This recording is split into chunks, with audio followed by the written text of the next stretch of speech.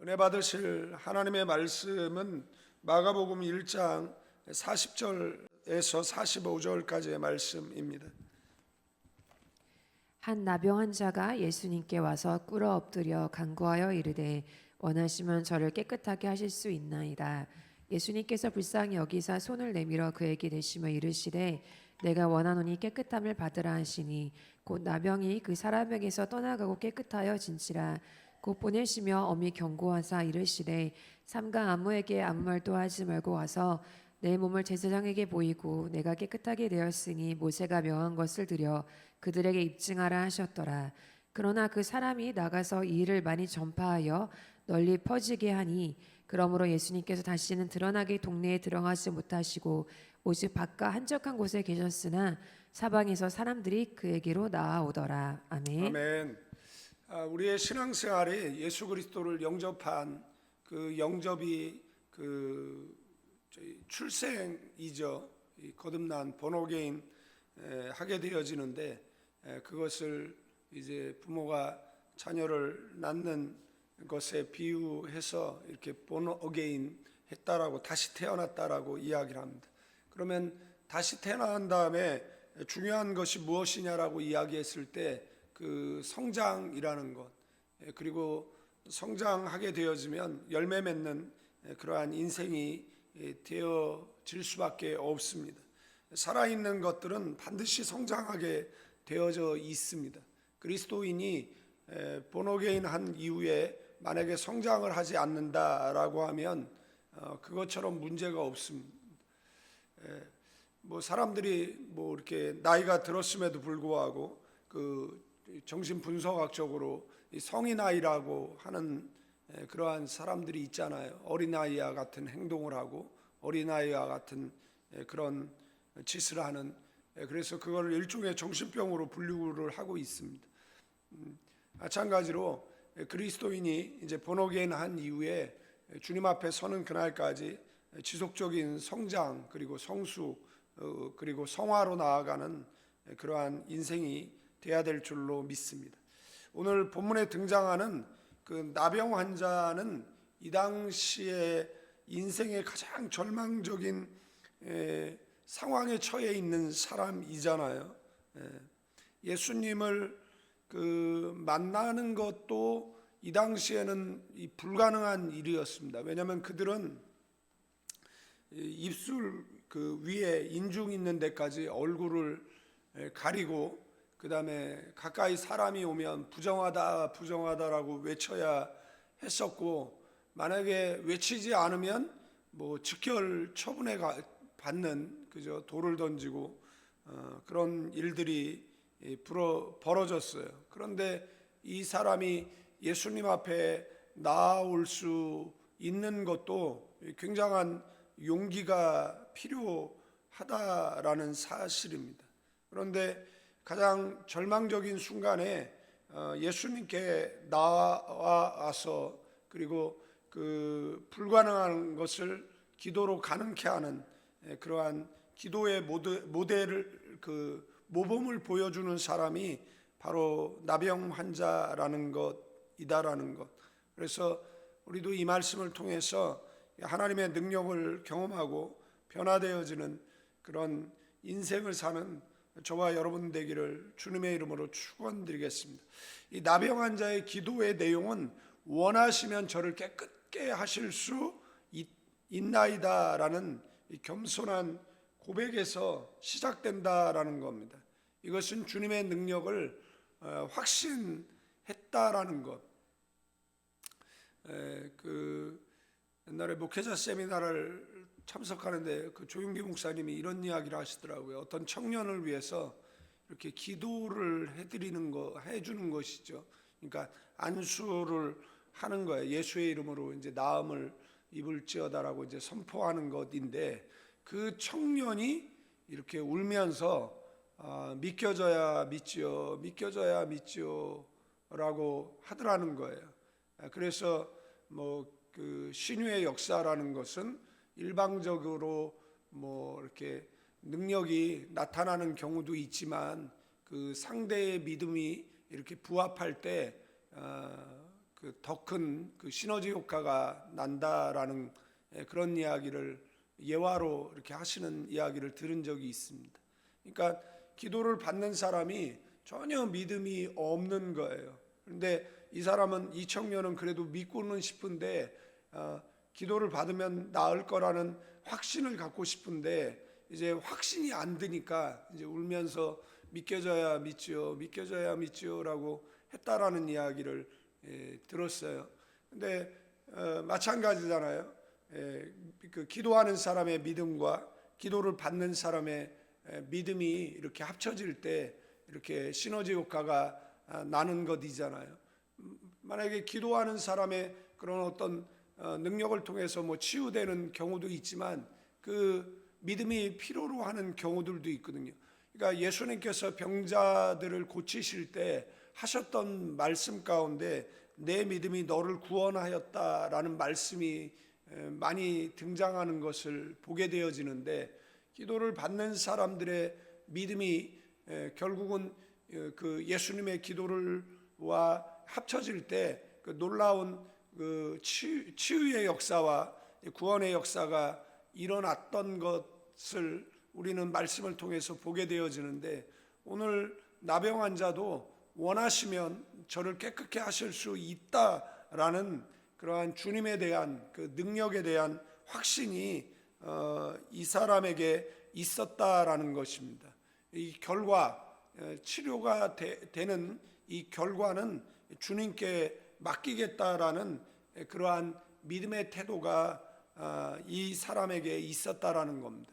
여러분들 뭐 암에 걸리면 암으로 죽는 것보다 이 두려움 때문에 죽는다라고 이야기합니다. 그리고 이 굶어서 죽는다라는 이야기를 하거든요. 그러니까 이 병이 생겼잖아요. 그런데 이것에 대한 공포감이 너무 큰 것이에요. 그래서 이것을 믿음으로 떨쳐내는 것이 너무 어렵다라는 겁니다. 만약에 하나님께서 고치실 수 있다라는 믿음이 있다라면 아마 삶의 태도가 달라질 것이고, 그리고 더 기도에 집중하게 되어질 것입니다. 그래서 이 고침받는 데에는 반드시 그 믿음이 필요한 것을 우리는 보게 되어지는 것이고, 우리가 뭐 어떤 자기중심적 뭐 기도보다는 내 소원을 어떻게든 하나님 앞에 관찰시키겠다 보다는 참된 기도는 주님의 응답 그리고 처분을 기다리는 기도라는 것.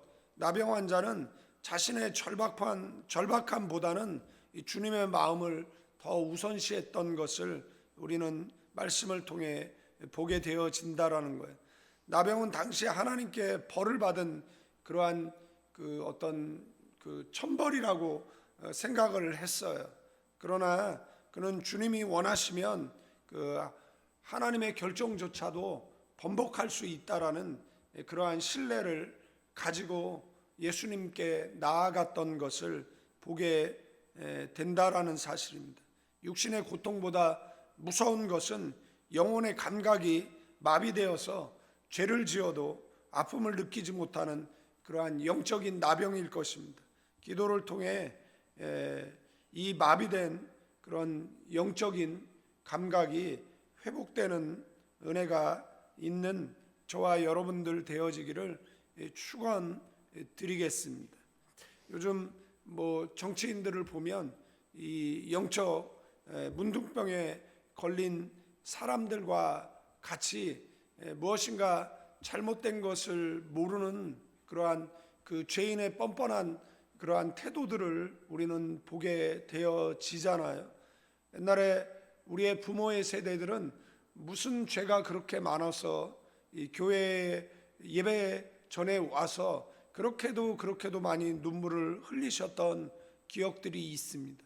그때에 비하면 오히려 지금 시대를 살아가는 우리의 죄가 더 많을 텐데, 우리는 마치 죄인이 아닌 것처럼, 마치 의로운 사람처럼 뭐 남을 정죄하고 비판하는 그런데 혈안이 되어져 있는 그러한 모습들을 이 사회 전반에서 발견하고 보게 되어진다라는 사실입니다. 이제는 교회가 망하는 이유가 있다라면 교회 속에 눈물이 메말랐다. 그래서 아마 교회들이 어려움을 겪지 않는가 하는 생각을 가져보게 되어진다라는 사실입니다. 눈물은 뭐 H2O 그 뭐예요? 수분과 약간의 염분이 더해진 것이 눈물이 아니잖아요. 눈물은 영혼을 거룩하게 만들고 죄인이 하나님으로부터 용서를 받게 하는 그러한 힘이 있는, 그리고 환자를 치료하는 그러한 능력이 있는 액체가, 그 사람을 거룩해 하게 하는 그러한 액체가 있다라면 그것은 바로 눈물일 것이다라는 것입니다.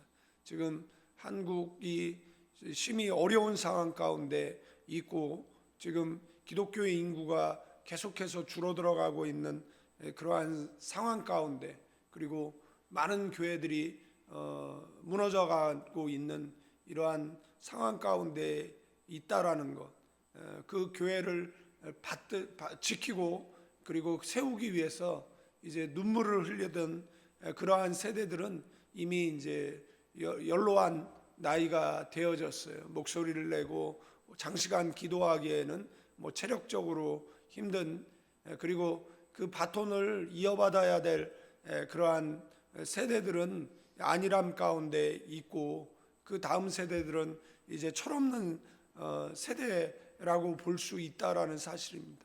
힘들고 어렵지만 그래도 계속 기도하는 사람들은 나라를 위해서, 교회를 위해서 계속 기도할 때 하나님의 구원의 역사가 있을 줄로 믿습니다. 이따 기도하실 때에도 영적으로 마비되어져 있는 그러한 문둥병 환자와 같은 조국 교회, 그리고 위에서 기도하시는 저와 여러분 되기를 축원드리겠습니다. 기도는 단순히 입술의 고백이 아니라 삶의 태도 그리고 행동의 변화를 수반한다라는 것. 나병 환자는 돌에 맞아 죽을 각오를 하고 예수님께 나와서 꿇어 엎드리는 행동을 보여주었습니다. 사람들의 시선이라든지 사회적 격리를 뚫고 주님께 나아오는 그러한 용기가 있었다라는 거예요. 가만히 있는 자에게는 기적이 일어나지 않습니다. 불가능에 도전하는 행동이 기적을 만든다라는 것을 기억해야 될 줄로 믿습니다. 꿇어 엎드림은 자신을 한없이 낮추는 태도이고, 그리고 그 꿇어 엎드린 그 예수님 앞에 꿇어 엎드렸잖아요. 그러면 예수님을 한없이 높이는 그러한 행동이라는 것. 성경 속에 많은 구원과 기적을 체험했던 사람들이 하나님 앞에 꿇어 엎드렸던 모습들을 우리는 보게 되어집니다. 한나가 꿇어 엎드려 통곡으로 기도했고, 뭐 다니엘이 하루에 3번 기도한 것처럼 그들의 기도, 그들의 꿇어 엎드림이 주님의 마음을 움직일 수 있었다라는 것. 그리고 혈루증 여인이 그 옷자락을 만지는 그 분명한 믿음의 목적을 가졌던 것. 이 혈루증 앓는, 그러니까 이스라엘에 가면 그 막달라 채플이 있어요. 그 채플 이 정도 되어지는 그 벽면에 그림이 하나가 있습니다. 제가 그 그림이 너무 인상적이어 가지고 그곳에 연락해서 이제 사진으로 받아서 4층에 그 액자에 그게 담겨져 있는데, 그 어떤 여인이 이제 그 손만 나오죠. 땅바닥을 기어서 그 예수님 그 옷자락에 달려 있는 그 수술을 이렇게 만지는 거예요. 그때 이제 스파크가 일어나는 것이잖아요. 혈루증을 앓는 여인이 그 냄새 나고, 그 다음에 그 체력적으로 그 너무 저하돼서 그 군중을 뚫고 예수님을 만난다라는 것은 거의 불가능한 일임에도 불구하고 기어서라도 그 예수님의 그 옷자락을 만지는, 그럴 때 놀라운 기적의 역사가 일어나는 것을 그 화가가 그 채플 벽면에다 이제 그림을 그려 놓았어요. 그래서 이 혈루증 여인이 옷자락을 만지는 분명한 믿음의 목적을 가졌던 것처럼 우리도 하나님의 관심을 끄는 그러한 분명한 그러한 목적을 가지고 하나님 앞에 나아가야 될 줄로 믿습니다. 저는 이제 내일 출국을 해서 저희 학교 이제 졸업식이 있습니다. 제가 필리핀에 학교를 운영하는데 그 이번에 또 졸업생 그 지금 10년 학교 건축하고 그 다음에 이제 졸업까지 이제 15년 동안 그 학교를 운영하고 있습니다. 중학교 그리고 고등학교, 대학교 재적 인원이 한 650명 정도 되어지는데 그 위에서 뭐 기도 좀 해주시면 감사하겠습니다. 10년 동안 뭐 하나님의 은혜로 이렇게 올 수 있었죠. 네, 하나님의 은혜로 올 수 있었고 앞으로도 또 10년 아니 주님 앞에 서는 그날까지 그 학교가 계속 발전 성장했으면 좋겠습니다. 지난번에 이렇게 오다 보니까 연세대학교가 135년 뭐 이렇게 됐더라고요. 그래도 저희는 연세대 시작할 때보다 연세대는 조그만 집 한 칸에서 시작했지만 저희는 이렇게 3층, 2층 건물 정도 되는 그런 사이즈에서 시작했기 때문에 만약에 130년이 흐른 후에는 연세대보다 더 큰 학교가 되어 있지 않을까 하는 생각을 가져보게 되어집니다. 위에서 기도해 옛날에 우리의 믿음의 선배들은 그 한 교회 그 다음에 한 학교, 한 교회, 한 병원 갖기 운동을 했었어요. 그래서 저도 그 필리핀에 사역할 때 이렇게 학교 했으면 좋겠다. 그 다음에 이제 그 낙후된 의료 시설로 인해서 병원을 좀 했으면 좋겠다. 그래서 기도를 했고 학교는 세웠고 이제 병원은 이제 세우려고